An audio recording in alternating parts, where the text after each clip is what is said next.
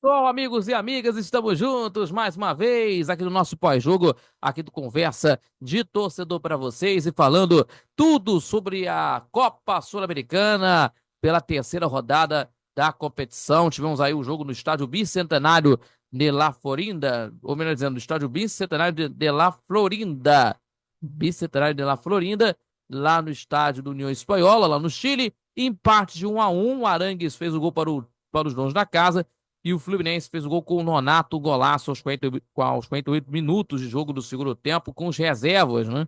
Mandou aí o time reserva, a equipe do time do Fluminense, né? Que acabou empatando esse jogo, né? No finalzinho, não jogou bem, mas tivemos aí a situação das equipes, né? Na competição, inclusive na Sul-Americana. O Fluminense chega a 7 pontos, segue na liderança, e a equipe do Fluminense tá aí 1 ponto à frente do Once Caldas, que ganhou contra o São José lá na Bolívia, né? Que chegou a 6 pontos. Com 2 pontos, o União Espanhola é o terceiro colocado, e 1 ponto o São José, né?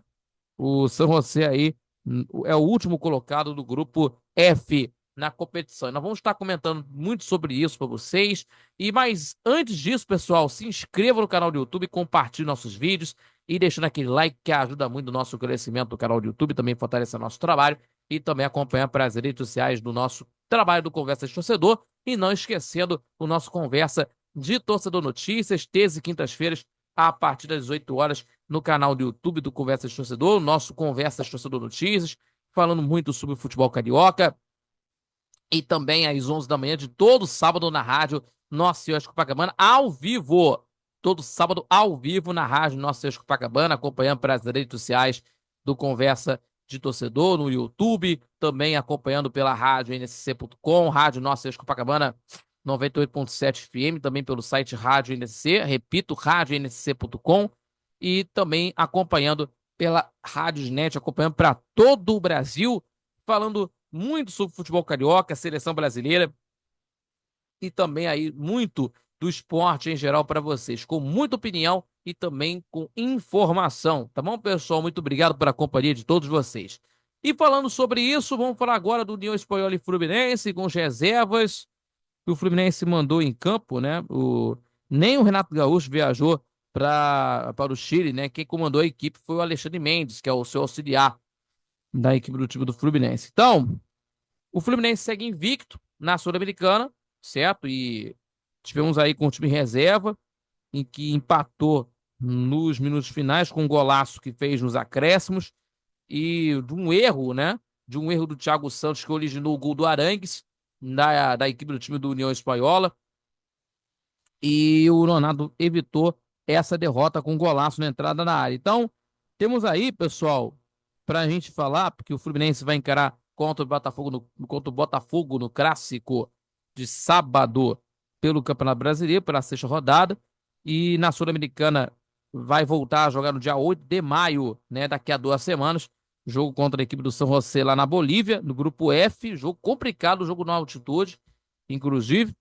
E na mesma rodada, inclusive, o União Espanhola vai encarar contra a equipe do Once Caldas lá em Manizales, lá no estádio Palo Grande, lá no estádio Palo Grande, né, melhor dizendo aí, lá em Manizales, na Colômbia. Então, o time do Fluminense tentando conseguir um resultado positivo fora de casa. E a equipe do Fluminense sem os titulares, né, que teve dificuldades na criação, e na melhor oportunidade do Fluminense, a melhor chance do Fluminense, que vem com o Serna, fez uma jogada individual pelo lado direito e encontrando o jogador Everaldo, que mandou para fora do gol do goleiro Tognaccioli, da equipe do União Espanhola, né, da equipe chilena, inclusive. Então, principalmente aí que o Fluminense não jogou bem na primeira etapa, porque teve aí de poucas emoções, inclusive, né? Nessa melhor chance do Fluminense que teve com o Everaldo, mas mandou para fora do gol do goleiro Tognaccioli. E a equipe chilena no segundo tempo de partida, no segundo tempo, voltou melhor, né, do que o Fluminense, voltou melhor, levando mais perigo ao gol do goleiro Vitor Welch. E o Fluminense, por sua vez, e o Tricolor, por sua vez, sofreu para criar jogadas, mais uma vez, que o primeiro tempo, inclusive, porque ah, não conseguindo avançar no ataque, porque teve algumas mexidas, né? Teve algumas mexidas também, né? Por conta da pouca efetividade no ataque e tentando conseguir modificar, porque efetividade baixíssima, né? E com pouca efetividade ofensiva, né? Que aí o técnico, ou melhor dizendo, o auxiliar técnico do Renato, que é o Alexandre Mendes, foi obrigado a trocar, né? A fazer as substituições, colocando o Paulo Baia, o Wesley Natan, que tem 18 anos de idade, que estreou na equipe do Fluminense, e o Lavega, né? O Lavega, que é uruguaio, que está tentando despontar aí como jogadores importantes na equipe tricolor. E a partir dessa situação, o time do Fluminense melhorou com as entradas dos três jogadores, por exemplo, dos três jogadores que entraram na partida. Mas quem abriu o marcador no jogo foi o Arangues, aos 38, numa saída de bola falho, né, do jogador Thiago Santos, e aí o Fluminense tomou o gol aos 38 com o Arangues, né? Arangues fez o gol do União Espanhola, mandando pro fundo da rede do Vitor Eudes. E aos 48, 10 minutos depois, né? 10 minutos depois, o Fluminense fez o gol, né? No finalzinho da partida já, né? No finalzinho do jogo, fazendo gol com o Nonato arriscando de um chute da entrada da área e mandando um golaço no empate da partida. Então, o Fluminense não jogou bem, né? Que tentou conseguir a situação da equipe do time do Fluminense. É, principalmente que a gente vê aí a situação, o Fluminense com os reservas, né, não jogou bem, mas com empate que serviu de bom tamanho, mas precisando melhorar muito aí o Fluminense para tentar conseguir encontrar o seu caminho. Aliás, no gol do Nonato, inclusive, né, que com as atenções do Campeonato Brasileiro, as atenções que tem no Campeonato Nacional, por falar em Nonato, inclusive, e que o Renato Gaúcho optou por preservar os titulares, né, preservar os titulares na partida, e nem mesmo o treinador viajou para o Chile, né? Que é lógico, o Renato Gaúcho nem viajou, que a gente estamos falando aqui, que o auxiliar dele, Alexandre Mendes, estava lá também com a equipe reserva para e também com os jovens, né?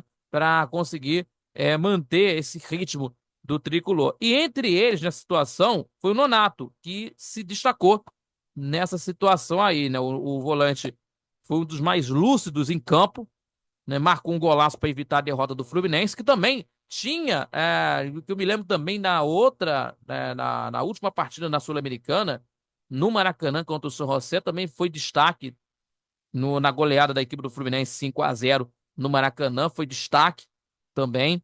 Então, o Nonato tá procurando seu espaço no Fluminense. Então, temos aí o Fluminense líder do grupo F na competição, no grupo F, conseguindo essa vitória. Ou beleza, no empate, né? Com a liderança garantida no grupo F, vai encarar contra o São José no dia 8 de maio, daqui a 2 semanas, lá no estádio. Provavelmente vai ser no estádio Hernando Siles, lá em La Paz, lá no estádio da Bolívia. Provavelmente, sendo no estádio lá em La Paz. Hernando Siles, lá na Bolívia.